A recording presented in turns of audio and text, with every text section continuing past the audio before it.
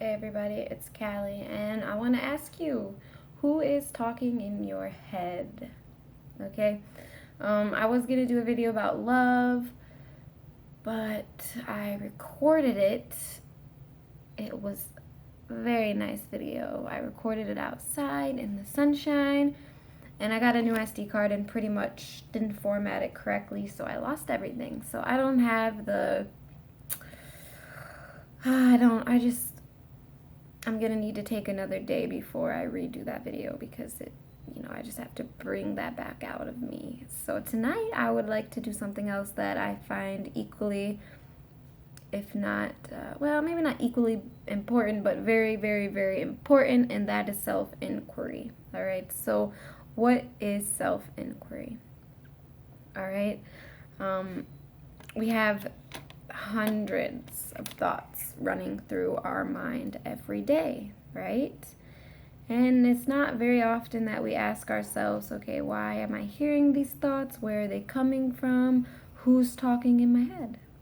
We just kind of indulge these thoughts and entertain these thoughts, and sometimes we get embarrassed of these thoughts or we feel ashamed of these thoughts. And before you go ahead and start labeling yourself as crazy, as terrible, I have bad thoughts, or things like this, you really want to get down to the bottom of where these thoughts come from, or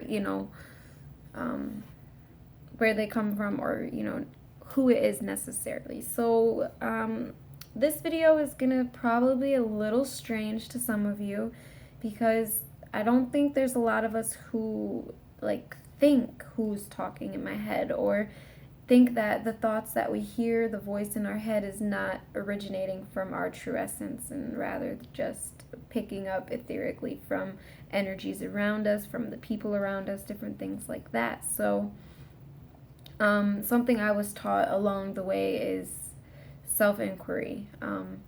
So what self-inquiry is, pretty much following the thought back to the source. So you have a thought, maybe it's one that's super messed up, or maybe it's one that brings you pain, brings you fear, brings you anxiety, and you pretty much say, okay, who's talking in my head? Where is this thought coming from?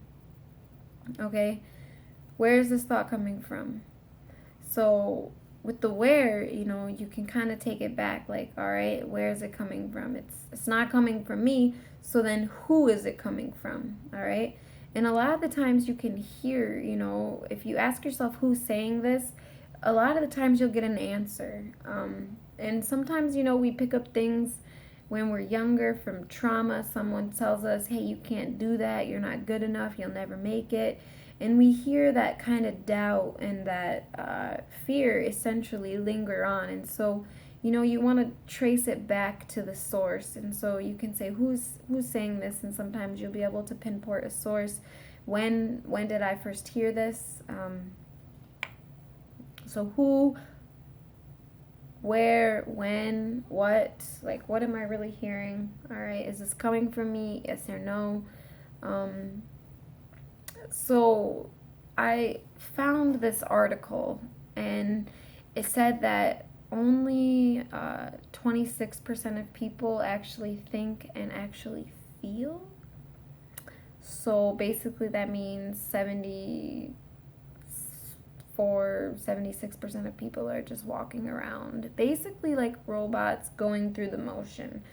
Doesn't mean they're not having thoughts, but they're not actually able to think for themselves. So what does it mean to think for yourself? All right, rather than just following the mind and where it takes you, it's stopping and saying, whoa, wait a minute, I don't want to go there. Like, you have control over the content of your thoughts, right? So this goes into my a way to self-improve, really learn how to control the mind, master the content of your thoughts. And a good way to do this is through grounding and rooting in the body. All right, body communication. One of the reasons why I teach people body communications is because it takes people out of the mind and brings them into the body. So when you're in the body, you're more rooted to earth and you're not lost in the clouds. Because when you're up in the clouds, Everything's up there. You have other spirits, other energies, people from the past, you know, you have other people in reality's thoughts, you know, because in case you guys didn't know, before language ever existed, we could communicate telepathically, and we still can do this today, except we're just not tuned into it. A lot of us have the distortion button on, you know, so we have to clear up that static, that distortion, and then we tune into everything else. I don't know how often I'm sitting here and I have a thought, and I guess I'm really good at projecting images, because all of a sudden I'll be thinking of something that I want, and my partner will be like, oh, so you want this? And I'll be like, yeah, why, how'd you know? And he said, I don't know, I just saw this image pop into my head. And I was like, oh. So he's pretty good at, you know, knowing when a thought that comes in isn't his, and I'm pretty good at implanting thoughts, I guess. I don't really know. But either way, it's pretty interesting. And I know it's true because it's not the only time it's happened. There's been so many times where I hear a thought come in, I say it, the other person is like, whoa, I was just thinking that, how'd you know? And I was like, I don't know, I just heard the thought and I said the thought. And sometimes I'll actually test myself. Like, I'll be thinking something and try to make the other person say it. And a lot of times it works. And it's like, okay, we can implant thoughts into each other's minds. That means we can implant ideas. We can implant fears. We can implant, you know, things that maybe don't belong there. So you really want to be very consciously aware of your thought. You know, this whole conscious movement I find is kind of funny to me, because it's like we are conscious. Like, you don't have to become conscious. The conscious mind is always working 100% of the time. But what are you conscious of? What are you paying attention to?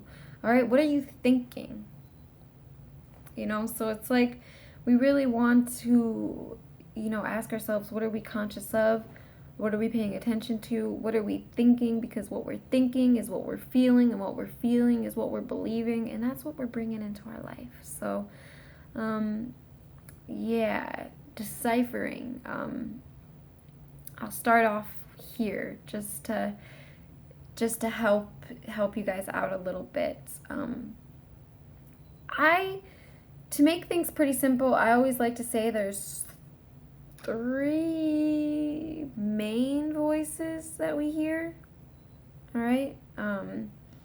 You have the heart, you have the fear or the mind or the instinct, you know, survival instinct that has been what has kept us alive for century after century. And this here is a conglomerate of ancestors that have, you know, thoughts generated from year after year after year. If you have fears that you don't know where they come from, chances are it's something in the lineage, something in your bloodline that, you know, maybe an ancestor had a very traumatic event with a spider, because, you know, we used to live outside and spiders could kill you. So maybe if you have a fear, you don't know why, of spiders, it could be because of something that has been passed down genetically.